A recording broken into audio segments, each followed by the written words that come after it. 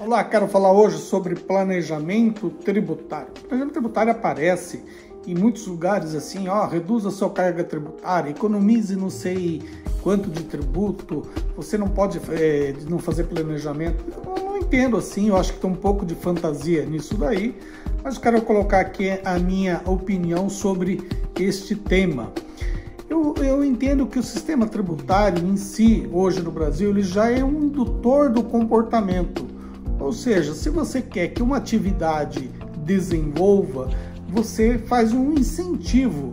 Vou dar um exemplo assim de incentivo, a atividade rural. A atividade rural hoje, ela tem uma série de incentivos, como depreciação, como uma carga tributária que permite que você recolha um tributo menor que outra atividade.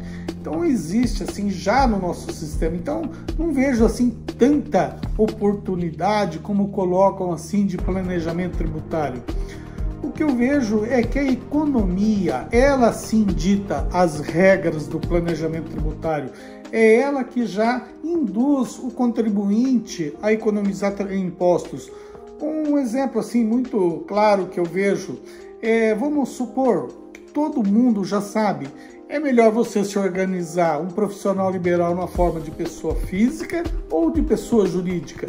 Então eu acredito que isso já é um assunto muito debatido. O próprio profissional liberal, lá o médico, o dentista, o advogado, ele já sabe qual que é o melhor sistema para ele. Ele sabe que se ele exercer na pessoa física, ele vai ter uma carga tributária na jurídica.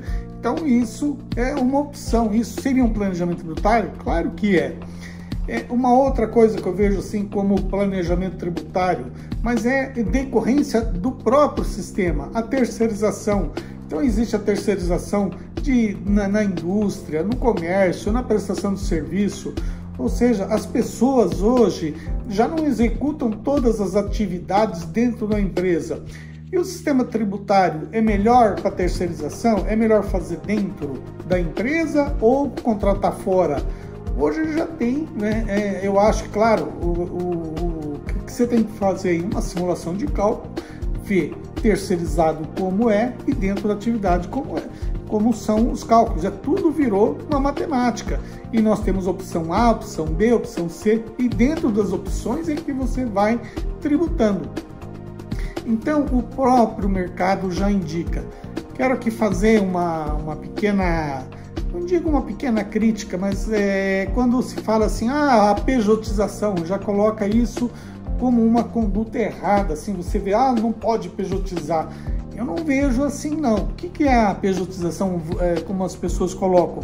Você tem um determinado funcionário, ele é uma pessoa lá, e você fala, eu acho melhor contratar um autônomo para fazer esse trabalho, eu acho melhor, vamos supor, você tem um contador interno, não, vou contratar um contador externo, ou eu tenho uma determinada atividade, ou eu vou contratar um autônomo, vou contratar uma empresa para executar esse serviço, e desativo esse serviço, e aí uma pessoa física começa a executar aquele trabalho. Eu não vejo isso de nada de errado. Claro que tem coisas erradas no mercado, né? Todo dia nós vemos isso por aí. Agora, eu queria aqui colocar o que a Receita Federal não tem gostado. O que a Receita Federal ela exige como requisito para a validação de um planejamento? Ela coloca aqui 3 coisas que ela não gosta: a simulação, a fraude e o abuso de direito. Essas 3 coisas. E eu vou colocar aqui uns exemplos, assim, que às vezes exemplificando fica mais claro. Você tem uma loja e ela está lá na empresa, no Simples, ali perto do limite do Simples, e você está com vontade de abrir a segunda loja. Aí você fala, mas se eu abrir a segunda loja, eu saio do Simples. Qual que é a regra que todo mundo faz? Cria uma nova jurídica com outras pessoas sócios e começa a ter a sua filial lá, mas é um outro CNPJ e as 2 empresas ali estão no Simples e as 2 no limite. Aí você resolve abrir a terceira loja e mais uma pessoa jurídica e cada uma com o seu limite. Isso é uma simulação, é uma fraude.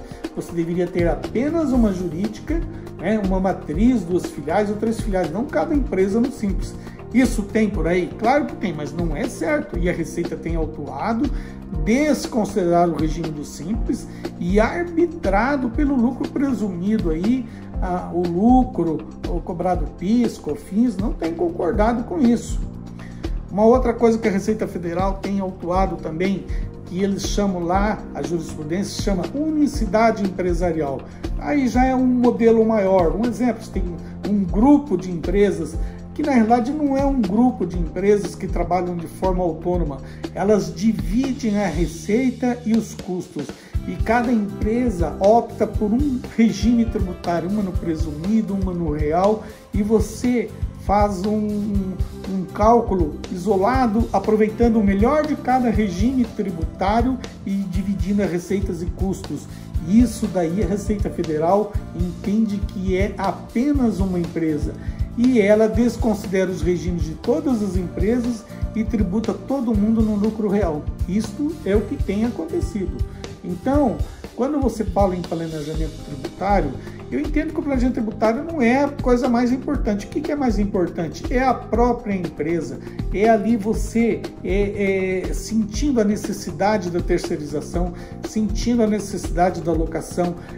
O regime tributário, ele consiste apenas numa combinação de regimes tributários que você pode aplicar na empresa, não um fracionamento do negócio. Então, com base nisso, eu aconselho vocês a refletirem melhor o que é um planejamento tributário.